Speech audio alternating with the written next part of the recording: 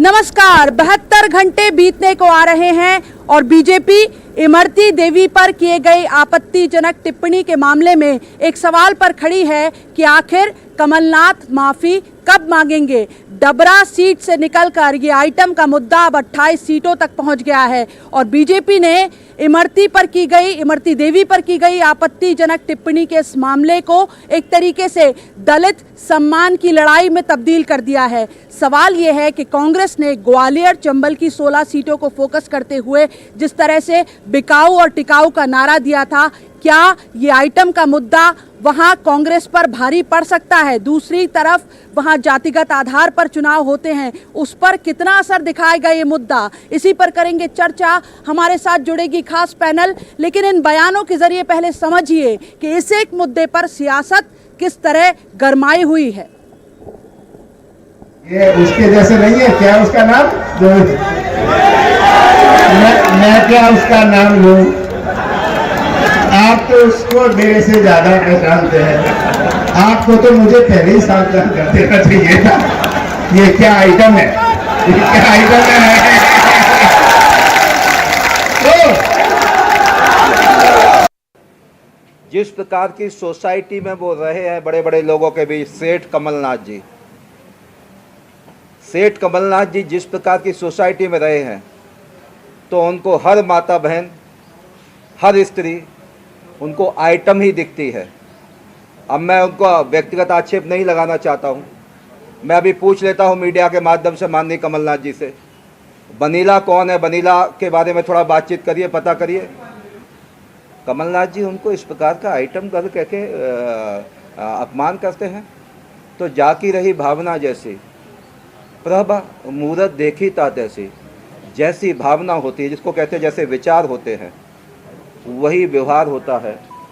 वही जो व्यवहार होता है वही वाणी से प्रस्फुटित होता है, वही वाणी से निकलता है। तो इस चर्चा में हमारे साथ जुड़े हैं दो खास मेहमान। कांग्रेस प्रवक्ता अजय सिंह यादव हमारे साथ जुड़े हैं, बीजेपी प्रवक्ता दुर्गेश केसवानी हमारे साथ जुड़े हैं और हमारे साथ जुड़ेंगे मेरे सहयोगी अनुराग श्रीवास्तव। तकनीकी दिक्कत की वजह से अभी कांग्रेस प्रवक्ता हमारे साथ नहीं जुड़ पाए हैं। फिलहाल बीजेपी प्रवक्ता दुर्गेश केसवानी हमारे साथ जुड़े हुए हैं। दुर्गेश जी, कांग्रेस ये लगातार कह रही है, जब से आपने आइटम को मुद्दा बनाया है, वो लगातार ये कह रही है कि असल में बीजेपी मुद्दे की बात करना ही नहीं चाहती, इसलिए कभी गरीब का मुद्दा आगे बढ़ा देते हैं, कभी आइटम का मुद्दा आगे बढ़ा देते हैं। जी भैया जी जी भैया जी थैंक यू।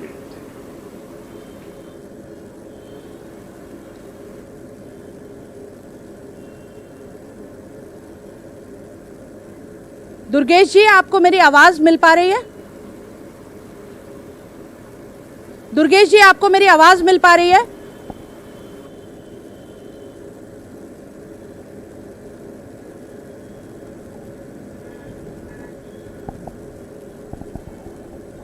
कुछ तकनीकी दिक्कत है। हम एक बार फिर अपने दर्शकों को दिखाते हैं, रिकॉल करें आप कि किस तरह से 28 सीटों के उपचुनाव में डबरा सीट से निकला ये मुद्दा गरमाया हुआ है।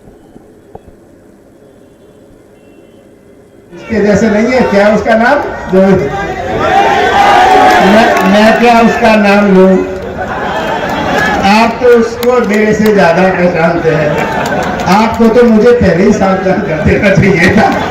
ये क्या आइटम है, ये क्या आइटम है। तो जिस प्रकार की सोसाइटी में वो रहे हैं बड़े बड़े लोगों के बीच, सेठ कमलनाथ जी जिस प्रकार की सोसाइटी में रहे हैं, तो उनको हर माता बहन, हर स्त्री उनको आइटम ही दिखती है। अब मैं उनको व्यक्तिगत आक्षेप नहीं लगाना चाहता हूं। मैं अभी पूछ लेता हूं मीडिया के माध्यम से माननीय कमलनाथ जी से, बनीला कौन है, बनीला के बारे में थोड़ा बातचीत करिए, पता करिए। कमलनाथ जी उनको इस प्रकार का आइटम कर कह के अपमान करते हैं, तो जाकी रही भावना जैसी, प्रभ मूरत देखी ता तैसी, जैसी भावना होती है, जिसको कहते हैं जैसे विचार होते हैं, वही व्यवहार होता है।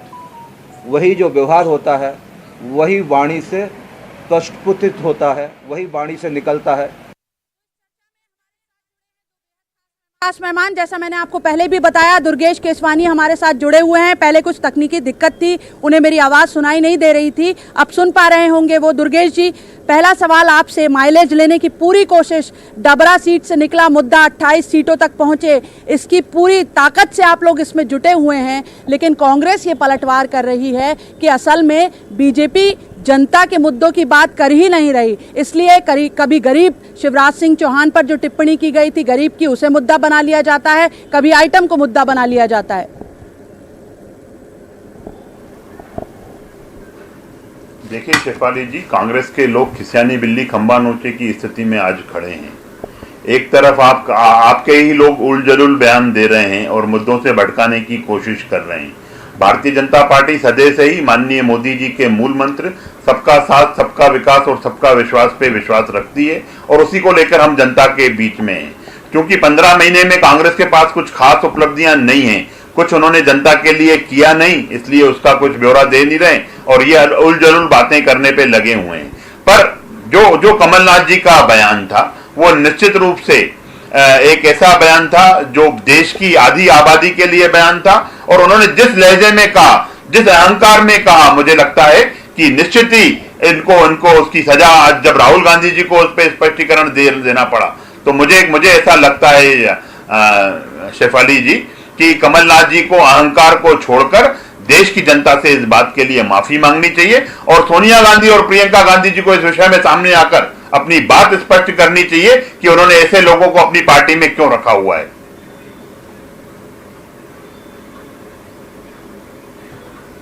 दुर्गेश जी, सवाल ये भी बन रहा है, आज के राजनीतिक घटनाक्रम है बड़ा। निर्दलीय विधायक केदार डाबर का समर्थन जो है समारोह पूर्वक बताया गया कि वो बीजेपी के साथ हैं। सुरेंद्र शेरा की भी मुलाकात हुई सहकारिता मंत्री अरविंद भदौरिया से, हालांकि खुलासा नहीं हुआ कि मुलाकात के नतीजे क्या रहे। लेकिन जब आपके लिए जीत इतनी आसान है, बीजेपी के नेता खुद कह रहे हैं गिनती की सीटें आपको जीतनी हैं, तो फिर इतनी जान मारी, इतनी ताकत क्यों लगाई जा रही है? आसानी से जीत सकते हैं 8-9 सीटें, बहुत बड़ी बात नहीं है जो सत्ता में है पार्टी उसके लिए। देखिए शेफाली जी, आपका कहना निश्चित रूप से यह सही है। भारतीय जनता पार्टी 28 की 28 सीटों पर जीत हासिल करने वाली है।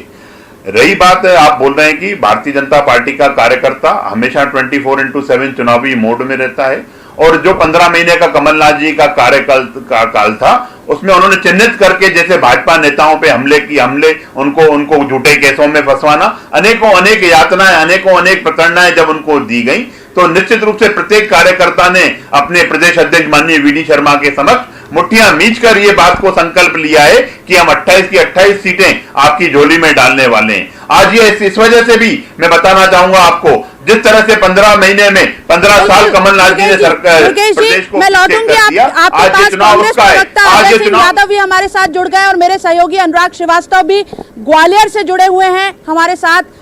अनुराग, आप चूंकि आप ग्वालियर चंबल की जमीन पर हैं, आप बेहतर बता पाएंगे कि 72 घंटों में, पिछले 72 घंटों में क्या ग्वालियर चंबल की सियासत में आइटम के मुद्दे ने कोई तब्दीली लाई है वोटर के स्तर पर अगर परखें तो?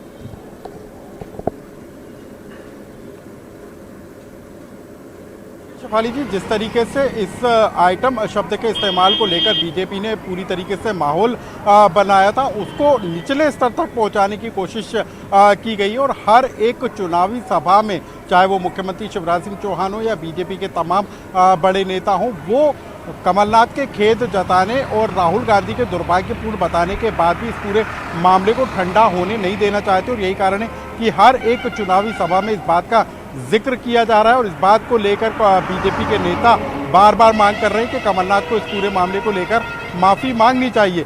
कुल मिलाकर बीजेपी की कोशिश इसी बात को लेकर है कि भले ही इस पूरे मामले को लेकर कमलनाथ ने खेद जता दिया हो, लेकिन प्रदेश की आधी आबादी और 28 विधानसभा सीटों के उपचुनाव की आधी आबादी को प्रभावित करने के लिए इस मुद्दे को ठंडा नहीं होने दिया जाए। तो बीजेपी के नेता और कार्यकर्ता पुरजोर तरीके से लगे हुए हैं कि इस बात को निचले स्तर तक पहुंचाया जाए कि कमलनाथ ने आइटम शब्द का इस्तेमाल करके महिला वर्ग का अपमान किया है। लेकिन अभी यहाँ की यदि हम जनता की बात करें, ग्वालियर चंबल के इलाके की बात करें, तो यहाँ का वोटर उस तरीके से खामोश भी नहीं है और उस तरीके से खुलकर बता भी नहीं रहा है कि उसको कौन सा मुद्दा प्रभावित कर रहा है, कौन से इशू जो है उसको सबसे ज़्यादा असर कर रहे हैं, क्योंकि वो इंतज़ार इस बात को लेकर कर रहा है कि जब 3 तारीख को चुनाव का मौका आएगा तब वो अपने पत्ते जरूर खोलेगा। सारे नेताओं की बातें जो है वोटर सुनने का काम कर रहा है, समझने का काम कर रहा है कि कौन सही है कौन झूठा है, और सही तरीके से उसी के बाद वो अपने वोट देने का फैसला करेगा। तो कुल मिलाकर निचले स्तर तक इस बात को लेकर चर्चा जरूर है। इस मुद्दे को लेकर जिस तरीके से प्रचारित किया जा रहा है, गली मोहल्लों में चर्चा जरूर है, लेकिन ये कांग्रेस के खिलाफ कितना जाता है और बीजेपी को इसका कितना फायदा होता है, ये 3 तारीख को ग्वालियर चंबल की जनता ही तय करेगी। बिल्कुल, अजय सिंह यादव कांग्रेस प्रवक्ता हमारे साथ जुड़े हुए हैं। मैं असल में शुरुआत तो अजय जी से ही करना चाहती थी, लेकिन कुछ तकनीकी दिक्कतों से वो हमारे साथ देर से जुड़ पाए। अजय जी, अच्छा खासा फ्रंट फुट पर खेल रहे थे आप बिकाऊ और टिकाऊ के मुद्दे पर, और अभी तैयारी के लिहाज से देखें तो बीजेपी ने जिस तरह से आइटम के मुद्दे को डबरा से निकाल के 28 सीटों तक पहुंचाया है, और जिस तरह से पार्टी अड़ गई है कमलनाथ के माफी पर, तो आपको नहीं लग रहा है कि भारी पड़ जाएगा 16 सीटों पर? देखिए शेफाली जी, मध्य प्रदेश हो या देश हो, सच्चाई छुप नहीं सकती है झूठी दलीलों से, और सरकारें चल नहीं सकती है खरीद फरोख्त के बहुमत से। आज उच्च न्यायालय जबलपुर ने संज्ञान लेते हुए सरकार को नोटिस जारी किया है कि आपने खरीद फरोख्त करके सरकार बनाई है, आप जुमलेबाजी कर रहे हैं। हमारे नेता कमलनाथ जी ने इमरती देवी जी के संदर्भ में कुछ भी नहीं कहा, उसके बाद भी उन्होंने स्पष्ट कहा कि अगर किसी की भावनाएं आहत होती हैं तो मैं खेद व्यक्त करता हूं। और बिसाहू लाल सिंह जी ने क्या कहा? भारतीय जनता पार्टी के प्रवक्ता इस चैनल पे बोल भी नहीं सकते हैं उनके शब्द, उनको कैबिनेट से कब हटा रहे हैं शिवराज जी? आप किस तरह की दलीलें दे रहे हैं? जनता से मुद्दे भटकाना चाहते हैं। भारतीय जनता पार्टी हमेशा से महिला विरोधी रही है। विजय वर्गीय जी लक्ष्मण रेखा याद दिलवाते थे महिलाओं के लिए। आपके नेता मुनमुन राय, आपकी ही पूर्व सांसद नीता पटेरिया का सरेआम साड़ी का पल्लू पकड़ लेते हैं। महिला आयोग में उन्होंने शिकायत करी, आपकी सरकार ने उस मामले को दबा दिया। आप किस तरह की बातें कर रहे हैं? जनता के मुद्दों पे आइए। हम कहते हैं ज्योतिरादित्य सिंधिया जी जिन मुद्दों की बात करते थे वो कब पूरे करेंगे? तो आप कहते हैं वो तो कांग्रेस के वादे थे। हम पूछते हैं आपका वादा था 10 लाख रोजगार देना, उसकी कब बात करेंगे? 75% से ज्यादा अंक लाने वाली बच्चियों को स्कूटी देने का वादा आपका था, उसकी कब बात करेंगे? केवल जुमलेबाजी कर रहे हैं। महिला सम्मान की बात करेंगे तो बिसाहू लाल सिंह जी को मंत्रिमंडल से निकालिए, उम्मीदवारी खारिज करिए, उसके बाद आप सामने आइए। इस तरह का दोहरा चरित्र क्या जनता समझती नहीं है? भारतीय जनता पार्टी अजय जी, सबको ये बिल्कुल होगा कि बात निकलेगी तो अनूपपुर सीट तक भी जाएगी और बिसाहू लाल सिंह तक भी जाएगी, लेकिन फिलहाल तो बीजेपी राहुल गांधी का जो बयान आया है, जिस तरह से उन्होंने दुर्भाग्यपूर्ण बताया, उसे अपने हाथ में हथियार की तरह लिए हुए चल रही है। देखिए शेफाली जी, हमारे नेता हमेशा महिलाओं का सम्मान करते हैं। हमारी पार्टी में तो 40 साल तक नेतृत्व महिलाओं ने किया, चाहे इंदिरा जी हो चाहे सोनिया जी हो। राहुल जी ने राजनीति के उच्च आयाम अर्जित किए हैं, और कमलनाथ जी ने भी उसी बात को कहा है कि मैंने ना किसी के लिए कहा है, और फिर भी अगर भावनाएं आहत हुई हैं तो मैं खेद व्यक्त करता हूं। लेकिन शिवराज जी बिसाहू लाल सिंह पे कब कार्रवाई करेंगे? आज तो बिसाहू लाल सिंह ने दोबारा अपनी बात को दोहरा दिया कि मैं अपनी बात पे कायम हूं। कांग्रेस पार्टी कभी भी इस तरह की बात नहीं करती है। इमरती देवी जी से हमारे वैचारिक मतभेद हो सकते हैं, लेकिन हम उनका भाजपा के नेताओं से ज्यादा सम्मान करते हैं। ये इमरती देवी वो मंत्री हैं, जब वो अपनी शपथ नहीं पढ़ पाई थी, 26 जनवरी का भाषण नहीं पढ़ पाई थी, तो भाजपा के नेता मजाक बनाते थे। अब राजनीतिक लाभ के लिए दोहरा चरित्र अपना रहे हैं। क्या जनता इन्हें पहचानती नहीं है? कांग्रेस पार्टी हमेशा महिलाओं के सम्मान में खड़ी है। भाजपा महिला विरोधी है, केवल राजनीतिक रोटियां सेक रही है। जिस तरह से आपने इमरती देवी पर की गई आपत्तिजनक टिप्पणी को बीजेपी ने मुद्दा बनाया, बेशक कांग्रेस ने उस तरह से मुद्दा नहीं बनाया, ये अनूपपुर सीट पर ही चल रहा है बिसाहू लाल सिंह का मामला, लेकिन बात निकलेगी तो बिसाहू लाल सिंह तक भी जाएगी। और उन्होंने तो ऐसी टिप्पणी की है कि यहाँ हम बोल भी नहीं सकते, बीप लगाकर हमने उनका बयान दिखाया है। देखिए शेफाली जी, इस विषय में संसदीय कार्य मंत्री डॉक्टर नरोत्तम मिश्रा जी ने मीडिया के समक्ष आके उस बात की भी माफी मांगी है। अब मेरे मित्र ये बताएं कि जब राहुल गांधी दिल्ली में बैठ के ये बात बोलते हैं कि माफी मांगनी अरे चाहिए, भैया मंत्रिमंडल के मुखिया शिवराज जी है, वो कब बताएंगे? अभी तो कमलनाथ जी के अभी तो कमलनाथ जी माफी मांगने का, कमलनाथ जी ने कहा ये राहुल गांधी की बात होगी, कार्रवाई करेंगे। अरे बहुत ज्यादा मंत्री बनेंगे, बहुत ज्यादा झूठ बोलने को चिल्ला चिल्ला कर बोलेंगे, इससे कुछ कोई झूठ नहीं है। बताइए क्या शेफाली जी पूरी बात आ जान दीजिए। ये डिबेट खराब करना चाह रहे हैं प्रदेश की जनता, ये डिबेट खराब करना चाह रहे हैं। देखिए बीच में बात करके ये डिबेट ये उनको बात पूरी करने दीजिए। नहीं, आप बात पूरी कीजिए दुर्गेश जी। ये सिर्फ डिबेट खराब करना चाहेंगे शेफाली जी।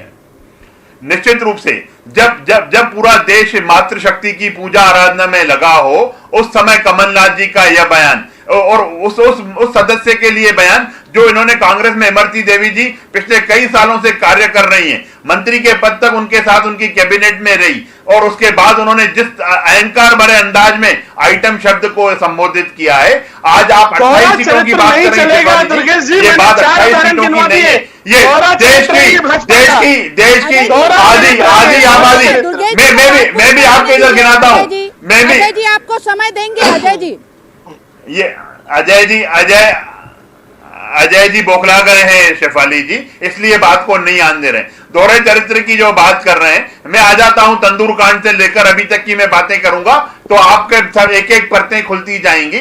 आज तो आप ये बताइए, राहुल गांधी जी भोपाल में आके जब झूठ बोल के गए थे, अब वो वहां से वो कर्ज माफी की बात, कमलनाथ ने वो कर्ज माफी नहीं की, इसके बाद अभी उन्होंने माफी के लिए शब्द बोला। क्यों नहीं स्पष्ट रूप से कमलनाथ जी माफी मांगते हैं? क्यों नहीं सोनिया गांधी जी, जो एक महिला जिसकी ये बातें कर रहे हैं कि इनकी राष्ट्रीय अध्यक्ष महिला है, वो महिला सामने क्यों नहीं आती? इनकी वो महासचिव महिला क्यों नहीं, प्रियंका जी क्यों नहीं सामने आती है और वो बयान दे कि कमलनाथ जी ने अजय जी गले की हड्डी तो बन गया है ये आइटम वाला मुद्दा, क्योंकि अभी कल राहुल गांधी का बयान आया, बड़े नेता हैं, लेकिन अब स्थानीय स्तर पर भी ये बात उठ रही है। मानक अग्रवाल हालांकि बहुत किनारे चल रहे हैं पार्टी में, लेकिन उनका भी बयान आया है अभी कि माफी मांगनी चाहिए कमलनाथ को। देखिए शिफाली जी, कमलनाथ जी पहले ही अपनी स्थिति स्पष्ट कर चुके हैं और आपने सबने उनका बयान सुना है। उन्होंने किसी का नाम नहीं लिया था, उसके बाद भी अगर किसी को आहत होता है तो उन्होंने खेद व्यक्त कर दिया, यह पर्याप्त होता है। लेकिन भारतीय जनता पार्टी तो महिला विरोधी तमगा पहने घूम रही है। आरएसएस में महिलाओं को प्रवेश नहीं देते हैं, महिला विरोधी आपका झूठ भरोसे से अजय भाई कुछ नहीं होगा। आप मध्य प्रदेश में जमीन खिसक चुकी है, आपकी जमीन खिसक चुकी है मध्य प्रदेश में। प्रदेश की जनता नकार देगी आपको 28 के 28 सीटों पे हार का सामना करना पड़ेगा। कार्रवाई क्यों नहीं कर रहे हैं? मंत्रिमंडल में संविधान की शपथ लेके बिसाहू लाल सिंह बैठे। अजय जी को देखिए शिफाली जी, कांग्रेस पार्टी ने और हमारे राष्ट्रीय अध्यक्ष ने संज्ञान लिया। आपके राष्ट्रीय अध्यक्ष जेपी नड्डा ने बिसाहू लाल सिंह के ऊपर क्या संज्ञान लिया? आपके प्रदेश अध्यक्ष बीडी शर्मा ने क्या संज्ञान लिया? शिवराज जी जिनके मंत्रिमंडल के वो सदस्य हैं, उन्होंने क्या संज्ञान लिया? तो आपकी पार्टी तो उन्हें उप मुख्यमंत्री बना देगी अगर आप लोग चुनाव जीत गए, क्योंकि महिला विरोधी आप हैं और ऐसे लोगों को तो आप लोग पदोन्नत करते हैं। और भारतीय जनता पार्टी का असली चाल चरित्र और चेहरा यही है। बिसाहू लाल सिंह को मंत्रिमंडल से बाहर करिए, उसके बाद आप बात करिए। उसके पहले इस तरह की कोई बातचीत का कोई तुक नहीं बनता है। आप जो इस तरह की दोहरी बातें कर रहे हैं, जनता के मुद्दे भटका रहे हैं। अनुराग श्रीवास्तव का रुख शेफाली जी, एक मिनट शेफाली जी, एक मिनट शेफाली जी, मैं आऊंगी दुर्गेश जी आपके पास। शेफाली जी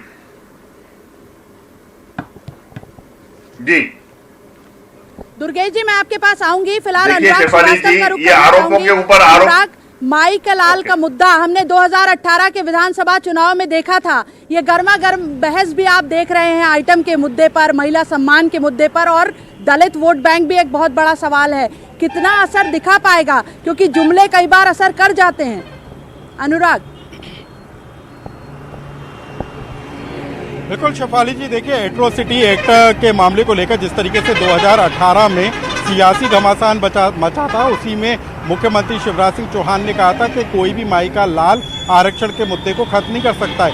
यही जो बयान है बीजेपी को काफ़ी भारी साबित हुआ था और ग्वालियर चंबल के ज़्यादातर सीटों पर बीजेपी को हार का सामना करना पड़ा था। लेकिन इस बार बीजेपी ने जो दाव खेला है वो आइटम शब्द को लेकर जो है सबसे बड़ा दाव खेला है और इसी को लेकर बीजेपी नीचे स्तर तक गांव-गांव तक इस बात को लेकर जाने की कोशिश में है कि महिलाओं का सीधे तौर पर अपमान किया गया है। यानी कि बीजेपी समझती है कि जिस तरीके से उस समय मुख्यमंत्री शिवराज सिंह चौहान का बयान पार्टी को भारी साबित हुआ था, इस बार पूर्व मुख्यमंत्री कमलनाथ का बयान कांग्रेस के लिए भारी साबित हो सकता है। और यही कारण है कि ग्वालियर चंबल इलाके में मुद्दों की भरमार है, चाहे वो बीजेपी के पास मुद्दे हों या कांग्रेस के पास, लेकिन इन मुद्दों को किनारे करते हुए जिस तरीके से बयानों को आधार बनाकर चुनाव प्रचार किया जा रहा है वो साफ तौर पर इस बात के संकेत देता है कि ग्वालियर चंबल में मुद्दों की जगह इस तरीके के बयानों को ही पेश कराने की तैयारी। और यही कारण है कि पूर्व मुख्यमंत्री कमलनाथ के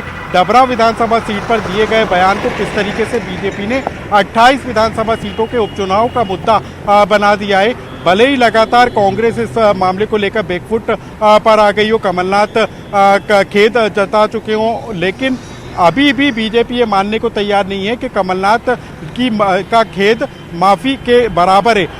बीजेपी इसी बात को लेकर अड़ी है कि कमलनाथ को माफ़ी मांगना चाहिए और जब तक माफ़ी सामने नहीं आती है बीजेपी 28 विधानसभा सीटों पर इसको इसी तरीके से 31 तारीख तक 3 तारीख तक इसी तरीके से प्रचारित करने की कवायद में जुटी रहेगी, ताकि जो माहौल है, जो कहा जा रहा था कि कांग्रेस के पक्ष में माहौल है उपचुनाव को लेकर, उसको किस तेजी के साथ बीजेपी के पक्ष में किया जा सकता है, इसकी कवायद में बीजेपी जुटी है और इसी एक बयान के जरिए सभी 28 विधानसभा सीटों पर बीजेपी जाने का काम कर रही है। बिल्कुल बिल्कुल अनुराग, दुर्गेश केशवानी जी का रुख करेंगे। दुर्गेश जी, अजय जी जो सवाल उठा रहे थे, आप कमलनाथ से कह रहे हैं, पूरी बीजेपी कह रही है कि कमलनाथ माफ़ी मांगे इस मुद्दे पर, और अजय सिंह यादव और उनकी पूरी कांग्रेस ये कह रही है कि भाई माफ़ी मांगनी है तो मुख्यमंत्री शिवराज सिंह चौहान इस पर खेद जताएं या फिर इस्तीफा लें बिसाहू लाल सिंह का। बात वहीं की वहीं है।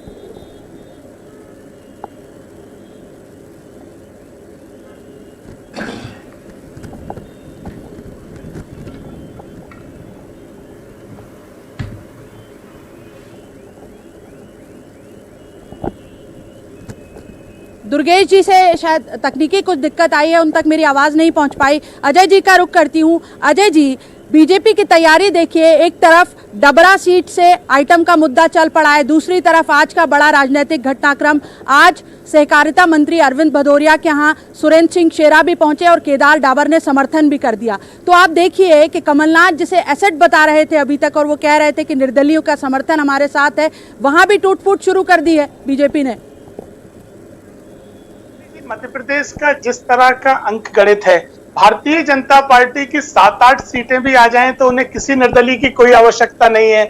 लेकिन आज चुनाव के 10 दिन पहले भाजपा के नेता निर्दलीयों को साध रहे हैं और मीडिया के सामने उनका समर्थन दिखा रहे हैं। इससे स्पष्ट दिखाई देता है कि भारतीय जनता पार्टी को 2-4 सीटों से ज्यादा की भी उम्मीद नहीं है इस विधानसभा उपचुनाव में। अन्यथा निर्दलीयों को साधने का, उनका समर्थन दिखाने का कोई औचित्य से दिखाई नहीं देता है। लेकिन मध्य प्रदेश की जनता जानती है, यहाँ लोकतंत्र की हत्या करके जिनने सरकार बनाई है, अजय जी, समय हमारे पास है, दुर्गेश जी से जवाब ले लेते हैं। दुर्गेश जी, अजय जी को आप सुन ही रहे होंगे, जब पार्टी कंफर्टेबली जीत रही है तो फिर ये शक्ति प्रदर्शन किस लिए जो आज केदार डाबर का हुआ। और दूसरा सवाल ये कि वो ये सवाल उठा रहे हैं कि जब आप कमलनाथ की माफी पर अड़े हुए हैं तो वो भी, कांग्रेस भी इसी बात पर अड़ी हुई है कि सीएम शिवराज जो है वो बिसाहू लाल सिंह को कब मंत्रिमंडल से बर्खास्त करेंगे।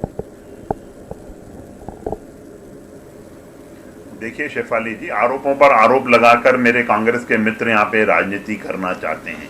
कमलनाथ जी ने स्पष्टीकरण दिया कि मैं भी एक आइटम हूं। कमलनाथ जी अपने लिए तो बोल सकते हैं कि वो आइटम है, पर एक सेकंड पर्सन, थर्ड पर्सन के लिए बोलने का अधिकार नहीं है कि वो भी आइटम हो गए। ये निश्चित रूप से कहीं ना कहीं ये इन सब चीजों से बच के कमलनाथ जी बात कर रहे हैं, जो निश्चित रूप से राहुल गांधी जी ने भी कहा माफी मांग लेनी चाहिए, उनको जनता के बीच में आके स्पष्ट रूप से इस चीज की माफी मांगनी चाहिए।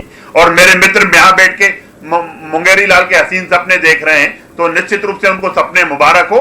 भारतीय जनता पार्टी 28 की 28 सीटों पे विजयश्री वर्ण करने वाली है और जितने भी हमारे सहयोगी हैं जो विधायक समर्थन दिए हैं और जो आके अपनी आस्था जता रहे हैं, यह उसी बात का द्योतक है कि मध्य प्रदेश में एक बार एक मजबूत सरकार, एक विकास के लिए सरकार और एक जनहितैषी सरकार बनने वाली है। मेहमानों का इस चर्चा में जुड़ने के लिए बहुत बहुत शुक्रिया। लेकिन फिलहाल आप देख रहे हैं जीत के दावे हैं और मुद्दों को कैसे गरमाया जा रहा है, लेकिन वोटर खामोश है। वो अपने पत्ते खोलेगा 3 तारीख को और हमारे सामने नतीजे के तौर पर 10 नवंबर को वो आएंगे कि कौन सा मुद्दा आखिर वोटर पर कितना असर दिखा पाया। तो आज की इस चर्चा में इतना ही। आप देखते रहिए न्यूज़ 18 मध्य प्रदेश छत्तीसगढ़।